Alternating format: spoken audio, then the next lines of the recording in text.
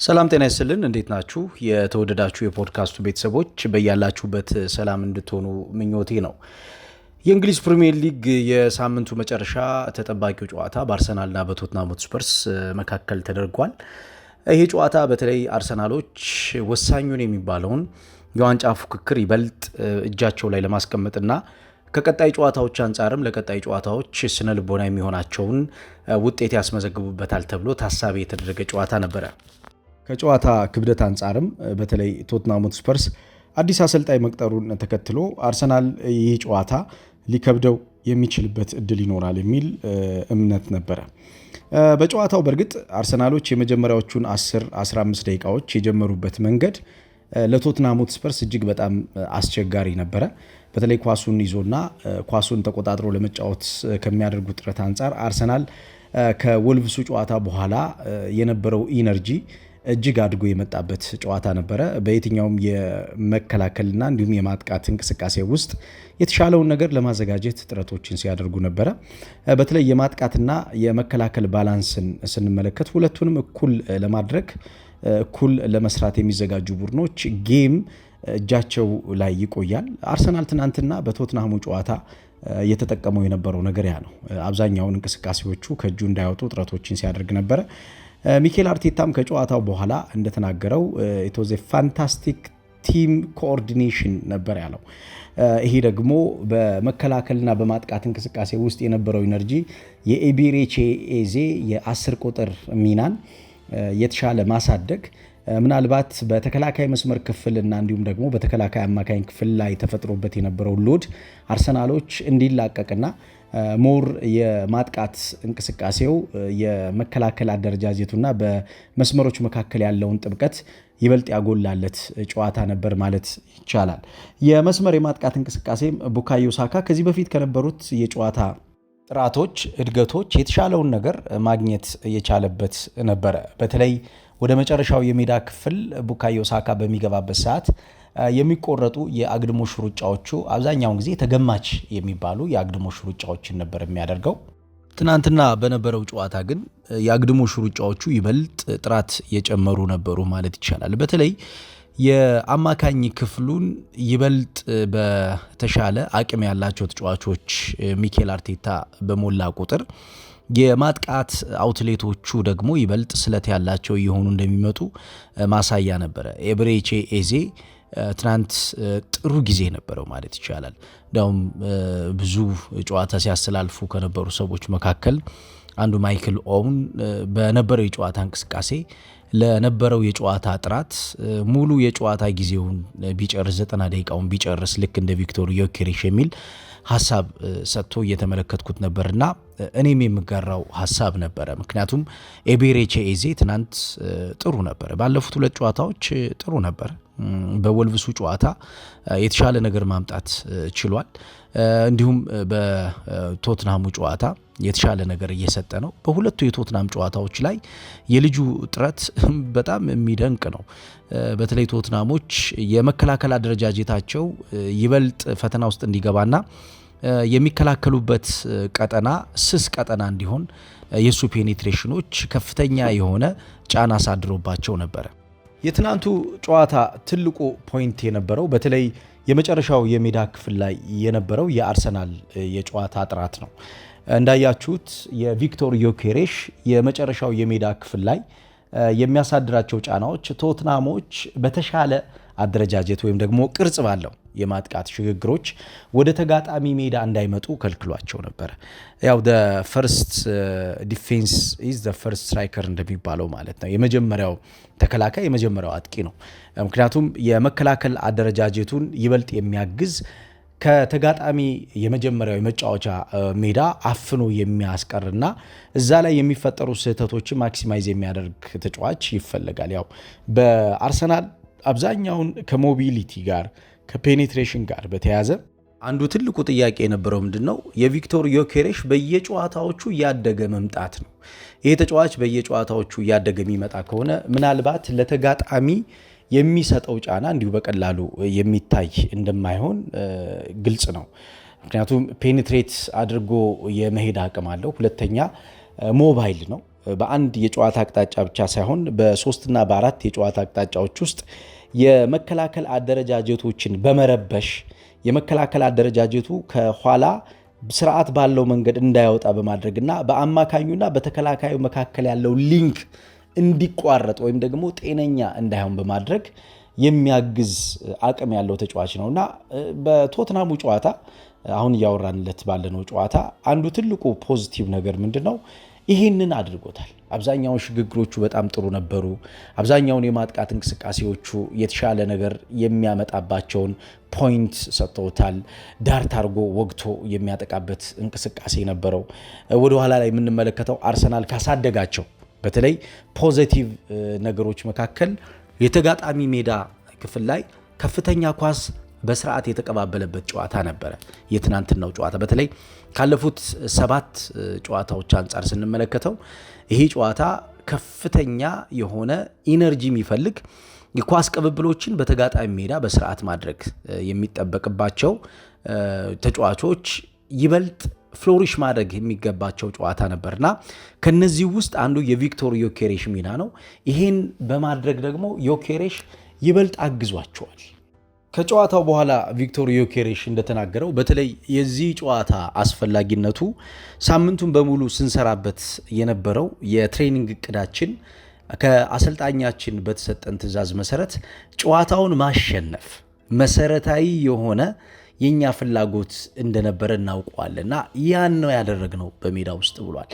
እንደተመለከታችሁት የተከበራችሁ አድማጮች የአርሰናል የትናንትናው ኢነርጂ በጣም የሚያስደንቅ ነበር። በተለይ የመጨረሻውን የሜዳ ክፍል ጥራት በማሳደግና ወደ ተጋጣሚ ሜዳ እንቅስቃሴ በመግባት የተጋጣሚ ሜዳ ላይ ከሚፈጠሩት እንቅስቃሴዎች አንጻር የተጋጣሚ ሜዳ ላይ ያሉትን አጠቃላይ ጥራቶች ይበልጥ በማሳደግና እንዲሁም በፈርስት ላይን ፕሬስ፣ በሰከንድ ላይን ፕሬስ እና በሰርድ ላይን ፕሬስ በሚባሉት ሀሳቦች ውስጥ ያሉትን እድገቶች በሚገባ የተመለከትንበት ነበረ። ለምሳሌ አርሰናል በፓሲንግ አኪሬሲ ፋይናል ሰርድ ላይ እጅግ በጣም የሚገርም ልዩነት አለው ከቶትናም ሆትስፐርስ ጋር። በመቶኛ እንኳ ስንመለከተው ወደ 12.3 መቶኛ ልዩነት አለው። ይሄ ማለት ቶተንሃም 60.5 የሚጠጋ ሲሆን አርሰናል ወደ 72.5 የሚጠጋ የኳስ ቁጥጥር የመጨረሻ የፋይናል ሰርድ የፓሲንግ አኪሬሲ ልዩነቶች ነበሩት። ይሄ የመጨረሻው የሜዳ ክፍል ላይ በሚደረገው ሽግግር የመጨረሻውን የሜዳ ክፍል ለተጋጣሚ አደገኛ በማድረግ ተጋጣሚ በእነዚህ የጨዋታ ቀጠናዎች ላይ የተሻለውን አፐር ሃንድ ወስዶ ብልጫ እንዳይፈጠር ብልጫው ደግሞ ጉልህ ብልጫ እንዳይሆን በማድረግ አርሰናል የተሻለውን ነገር የሰራበት ጨዋታ ነበረ። ለምሳሌ በቁጥር ደረጃ እንኳ ብንመለከት ትናንትና አርሰናል የፎርዋርድ ፓስ ፔኔትሬሽን ይህ እንግዲህ አንድን ጨዋታ ለማሸነፍ በሚደረጉት ሽግግሮች ውስጥ የፎርዋርድ ፓስ ፔኔትሬሽን በጣም መሰረታዊ የሚባለው ነገር ነው። በተለይ የሚድፊልድ ብልጫን ለመውሰድ የሚድፊልድ ቦክስ ሽግግሮችን ከአታኪንግ ትሬት ጋር በማቀናጀት የመጨረሻ የፋይናል ዶሚኔንሲድ ማምጫ መንገድ ነውና ይህንን በሚያደርግባቸው ሽግግሮች ውስጥ አርሰናሎች ትናንትና ይበልጥ በጣም ያደገ ቁጥር ፈጽመዋል። 307 የፎርዋርድ ፓሶችን ያደረጉት ትናንት አርሰናሎች። በቶትናም ሆትስፐርስ በኩል 202 ፎርዋርድ ፓሶችን ያደረጉት። ምናልባት ይሄ በዘንድሮ የውድድር ዓመት አርሰናሎች ካደረጓቸው የፎርዋርድ ኳስ ፔኔትሬሽኖች መካከል አራተኛ ደረጃ ላይ የሚቀመጠው ነው። በቻምፒየንስ ሊጉ ከፍተኛ ቁጥር ያስመዘገቡት በአትሌቲኮ ማድሪዱ ጨዋታ ነበር። እዛ የመጨረሻው የሜዳ ክፍል ላይ የነበረው ቅብብል፣ የነበረው ሽግግር፣ አጥቂዎችን የሚያሳትፉበት መንገድ፣ ከተከላካዮቹ ፊት የሚቆሙትን የአማካኝ ክፍል ተጫዋቾች ጥራት በመጨመር ይሄ ጥራት ይበልጥ አድጎ ደግሞ ተጋጣሚን ኦፕሽንለስ ወይም ደግሞ አማራጭ አልባ እንዲሆን በማድረግ ይበልጥ ብልጫ ወስደው ብልጫውን ደግሞ ግልጽ በሆነ የማጥቂያ ሐሳብ ውስጥ አሳድገው የተሻለ የሜዳ ላይ አፈጻጸም እንዲኖራቸው አድርገዋልና የፎርዋርድ ፓስ ቅብብሎቹ ያደገ አርሰናል ነበር የተመለከት ነው።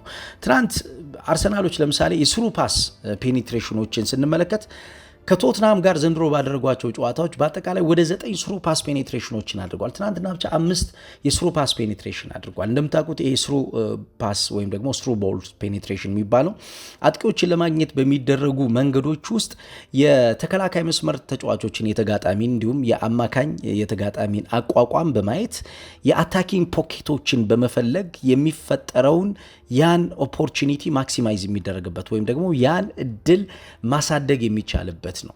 ይሄ የአታኪንግ ፖኬቶች የሚባሉት እንደነ ጋርዲዮላ እንደነ ክሩፍ አይነት አሰልጣኞች፣ ሚኬል አርቴታ አይነት አሰልጣኞች አታኪንግ ፖኬቶችን ለማዘጋጀት በተለይም ስፕሊት ፓሰሮች ይፈልጋሉ እና ትናንትና በስፕሊት ፓሲንግ ሲቹዌሽኖች ውስጥ አርሰናሎች በ5 ያደጉ ሁኔታዎች ላይ ተገኝተዋል። የፋይናል ሰርድ ኢንትሪ ምን አይነት ልዩነት እንዳለ ቁጥሩን ብትመለከቱ ቶትናሞች በዘንድሮ የውድድር ዓመት ከተጋጣሚዎቻቸው አንጻር በጣም ደካማውን የፋይናል ሰርድ ኢንትሪ ያደረጉበት ጨዋታ ነበረ። ትናንትና 27 የፋይናል ሰርድ ኢንትሪ ነው ያደረገው ቶትናም ሆትስፐርስ።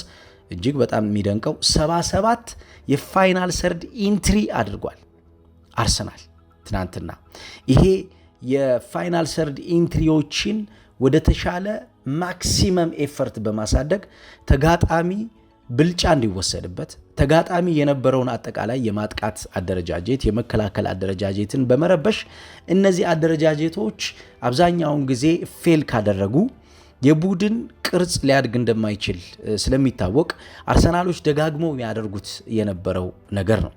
ትናንት በእንቅስቃሴ ነፃ ከወጡ ተጫዋቾች መካከል በተለይ የአርሰናል የማጥቃት እንቅስቃሴ የዲፌንሲቭ ሎዱን ካቀለለላቸው ተጫዋቾች መካከል አንዱ ማርቲን ዙቢሜንዲ ነው። በእርግጥ ከሱ ጀርባ ሆኖ ዴክለን ራይስ ኦፕሬት እያደረገ ይጫወት ነበረ። አብዛኛውን እንቅስቃሴ ጫና ይሸከምለት ስለነበረ ያ የሚሸከምለት ጫና ወደ መጨረሻው የማጥቃት እንቅስቃሴ በነፃነት እንዲሄድና ማጥቃቱን ኢንሳይስ እንዲያደርግ ወይም ደግሞ እንዲቀሰቅስ እንዲጀምር አግዞታል።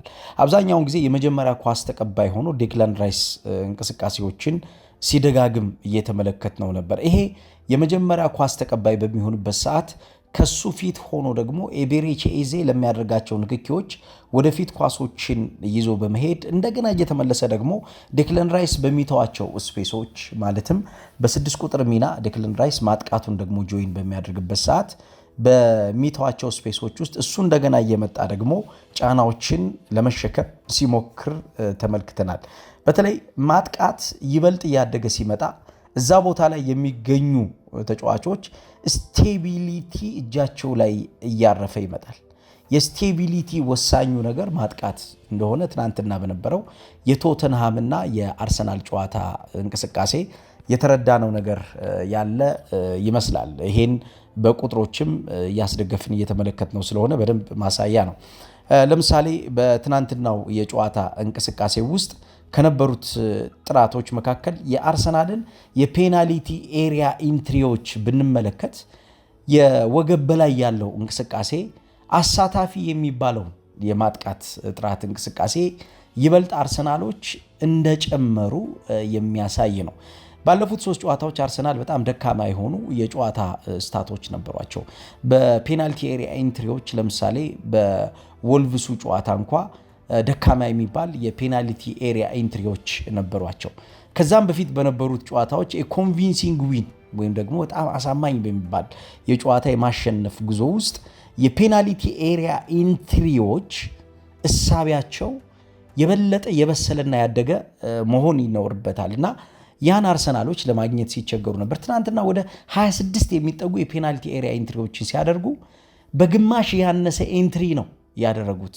ቶትንሃሞች ወደ 14 የሚጠጉ የፔናልቲ ኤሪያ ኢንትሪዎችን ነው ያደረጉት። ይሄ በዘመናዊ እግር ኳስ አስተሳሰብ ውስጥ ኦፕሬት የሚደረጉበት መንገድ፣ ለምሳሌ ማጥቃት ኦፕሬት የሚደረግበት መንገድ የመከላከል አደረጃጀት ጥብቀት ማሳያ ነው ይባላል እና ይሄ ማጥቃቱ ይበልጥ እያደገ የተሻለ እየሆነ ሲመጣ የተጋጣሚ ቡድን በሚፈጥረው ጫና ውስጥ ይበልጥ የመውደቅ እድሉ ዝቅ እያለ ይመጣል።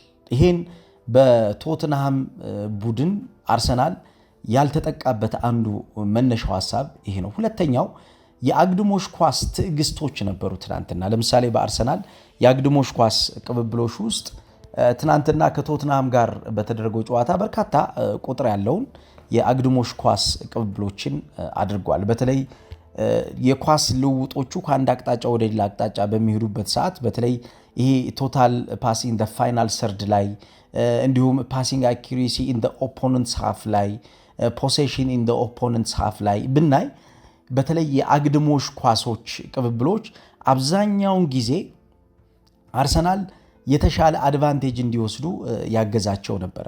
ለምሳሌ የፓስስ ኢን ኦፖነንትስ ሃፍ ወይም ደግሞ የኳስ ቅብብል በተጋጣሚ ሜዳ ላይ ሆኖ አርሰናል ያደረገውን ቁጥር ብንመለከት እጅግ በጣም ጭንቅላት የሚያጮህ ቁጥር ነው። 321 ፓስ ወይም ደግሞ የኳስ ቅብብሎችን በተጋጣሚ ሜዳ ላይ አድርገዋል አርሰናሎች። የቶትንሃም የኳስ ቅብብል በተጋጣሚ ሜዳ 124 የሚጠጋ የኳስ ቅብብል ነው በተጋጣሚ ሜዳ ያደረጉት። ከዛ ውጭ በፋይናል ሰርድ የመጨረሻው የሜዳ ክፍል ላይ የነበረው ትዕግስተኛ የሆነ የኳስ ቅብብልን በተለይ ከአግድሞሽ ኳስ ቅብብሎች ጋር በተያዘ አርሰናል እነኚህን የአግድሞሽ ኳስ ቅብብሎች ልክ እንደ መሳሪያ ነው የተጠቀመባቸው ማለት እንችላለን። አብዛኛውን ጊዜ የአግድሞሽ ኳስ ቅብብሎች ሌላኛውን አንግል ለማጥቃት በሚደረገው ሽግግር ውስጥ ተጋጣሚን ለመጎተት ወይም ደግሞ ይሄ ድራግ አውት ለማድረግ የሚጠቀሙበት ስትራክቸር ነው። በትናንትናውም ጨዋታ አርሰናሎች ጎትተው በማምጣት የመጨረሻውን የሜዳ ክፍል የተሻለ ኦፕሬት ለማድረግ የመጨረሻው የሜዳ ክፍል ላይ የሚፈጠሩ ጫናዎችን ለመቀበል የመጨረሻው የሜዳ ክፍል ላይ የሚፈጠሩ ጫናዎችን ተቀብሎ አድቫንቴጅን ለራስ በማድረግ ምክንያቱም አንዳንዴ ጫናዎች የተሻለ የቡድን ፐርፎርማንስ ሲኖር ፖዚቲቭ ጫናዎች ይሆናሉ። ትናንት ለምሳሌ አርሰናል ላይ የተፈጠሩት ጫናዎች ፖዚቲቭ ጫናዎች ነበሩ ማለት ይቻላል። ትቀበላለህ፣ ከዛ በኋላ እንቅስቃሴው ደግሞ በሚፈጥርልህ አድቫንቴጅ የተሻለ ወደ ተጋጣሚ ሜዳ የመግባትና ፔኔትሬት አድርጎ የተሻለውን ነገር ማሸነፍ የሚቻልበትን መንገድ መፍጠር ማለት ነው። ስለዚህ ወደ መጨረሻው ሊንክ በሚያደርጉባቸው ሽግግሮች የተሻለ ነገር መስጠት ችሏል። ትናንት በአርሰናል የጨዋታ እንቅስቃሴ ውስጥ ምናልባት ቪክቶር ዮኬሬሽን ከፈለጉ ሽግግሮች መካከል መጨረሻ ላይ እሱን ለማግኘት የተደረጉ ወደ 13 የሚጠጉ በሱ አቅጣጫ ላይ የተጣሉ የመጨረሻ የሜዳ ክፍል የኳስ ሽግግሮች ዳይሬክት ቦል ፔኔትሬሽን ወደሱ የሄዱ ንክኪዎች ነበሩ። እነዚህ ዳይሬክት ቦል ፔኔትሬሽን ጎሎቹን ከተመለከትን ለምሳሌ ሁለቱን ጎሎች ብናይ የመጀመሪያውን ጎል ሲያስቆጥር ኳሱ ሲደርሰው አብዛኛውን የሱ የነበረበት ፖዚሽን ላይ ነፃ የሆነ የጨዋታ ቀጠና አግኝቶ ነበረ። ይህንን ነፃ የሆነ የጨዋታ ቀጠና ከኳስ ውጭ ባለው ሙቭመንቱ የፈጠረው ነው። የቪክቶር ዮኬሬሽ ትልቁ ኳሊቲ የሚባለው ምንድነው? ከኳስ ውጭ የሚፈጥራቸው ፖዚሽኖች አሉ።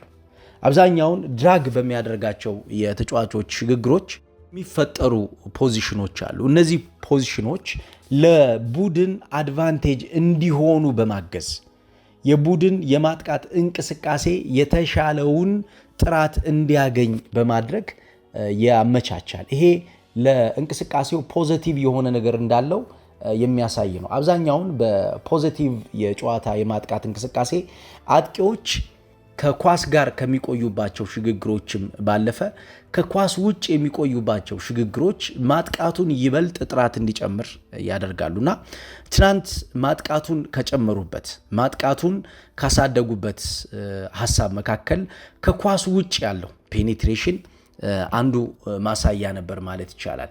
ለምሳሌ የመጨረሻውን የአርሰናል የማጥቃት እንቅስቃሴ ከምንገልጽባቸው ሐሳቦች መካከል ቅድም አንስቼዋለሁ። ፎርዋርድ ፓሶች አብዛኛውን እሱን ሊንክ ለማድረግ የሚደረጉ ሽግግሮች ነበሩ። ይሄ የቶታል ኦፕን ፕሌይ ክሮሶችንም እንኳ ብንመለከት የነኚህ የጨዋታ ሐሳቦች እሱን ሊንክ በማድረግ እሱ ተጋጣሚ ጫና ውስጥ በመክተት ተጋጣሚ ደግሞ እንዳያስብ፣ ምክንያቱም ደግሞ ማሰብ ከጀመረ የተሻለ ጫናና የተሻለ አድቫንቴጅ ሊያመጣ ስለሚችል ደግሞ እንዳያስብ በማድረግና በመጫን የሚያስብበትን ጊዜ እንዳያረዝመው በማድረግ ምክንያቱም ሞር ባሰቡ ቁጥር ጫና ሊፈጥሩ ስለሚችሉ የሚያስብበትን ጊዜ በማሳጠር ቶሎ እንዲሳሳቱ በማድረግ ተጋጣሚን ችግር ውስጥ እንዲገባ ሲያደርገው ተመልክተናል። በፓስ ለምሳሌ ትናንትና አሁን አርሰናል 472 የሚጠጉ የኳስ ቅብብሎችን ሲያደርግ ቶትናም ሆትስፐርስ ወደ 309 የሚጠጉ የኳስ ቅብብሎችን ያደረጉት። የሎንግ ቦል ፕሮፖርሽናቸውንም ስንመለከተው ትናንትና በነበረው የጨዋታ ብልጫ ውስጥ አርሰናሎች ሞር ከረጃጅም ኳሶች ይልቁን አጫጭር የሆኑ የኳስ ቅብብሎችን እንደ መፍትሄ የወሰዱበት ነበር ማለት ይቻላል። በቶትናም ይበለጣሉ። ለምሳሌ ቶትናሞች ወደ 49 የሚጠጉ የሎንግ ቦል ሲቹዌሽኖችን መፍጠር ችሏል። አርሰናሎች ወደ 45 የሚጠጋ የሎንግ ቦል ሲቹዌሽን ነው መፍጠር የቻሉት።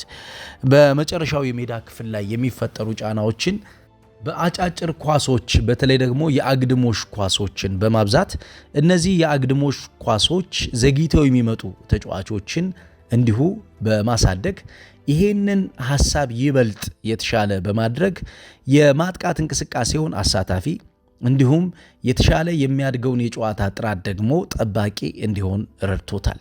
ሚኬል አርቴታ ከጨዋታው በኋላ የሰጠው ሐሳብ በትናንትናው ጨዋታ የቶትናሙን ጨዋታ ማሸነፍ ምን ያክል ወሳኝ እንደሆነ የሚያሳይ ነው። ደርቢ ነው ይሄ ጨዋታ። እንደምታውቁት ቶትናሞች አርሰናልን ከዋንጫው ጉዞ ማስወጣት ይፈልጋሉ።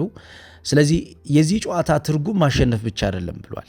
የዚህ ጨዋታ ትርጉም በቀጣይ ጨዋታዎቻችን ላይ ራሱ ዲፋይን የሚያደርግ ሞመንት ነው ብሏል። እጋራዋለሁ ይህን ሐሳብ።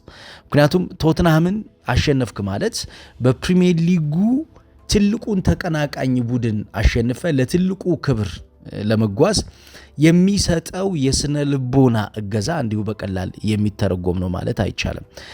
ለመጀመሪያ ጊዜ በነገራችን ላይ ከ1955 በኋላ አርሰናል በ4 የዙር ተከታታይ ጨዋታዎች ላይ ድል ማድረግ ችሏል። ይሄ አርሰናል ከ75 ዓመታት በኋላ ለመጀመሪያ ጊዜ ታሪክ ያደረገበት ነው፣ ታሪክ የሰራበት ነው። ምክንያቱም በ4 የሊግ ጨዋታዎች በ2 ዓመት ውስጥ ማለት ነው አርሰናል ቶትናምን በደርሶ መልስ የሜዳና የሜዳ ውጭ ጨዋታዎች አላሸነፈው።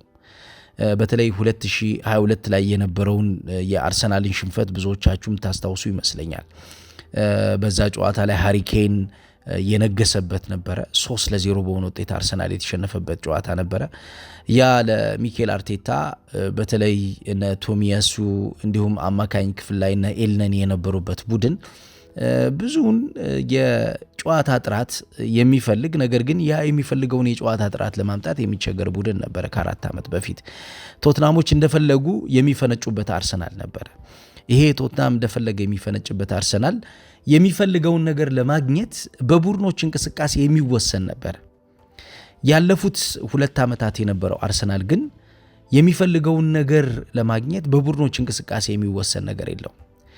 ራሱ ፐርፎርም በሚያደርገው ወይም ደግሞ ራሱ በሚፈጥረው የጨዋታ ብልጫ ነገሮችን የተሻለ ለማሸነፍ የሚሞክር አርሰናል እየተመለከትን ያለ ነው።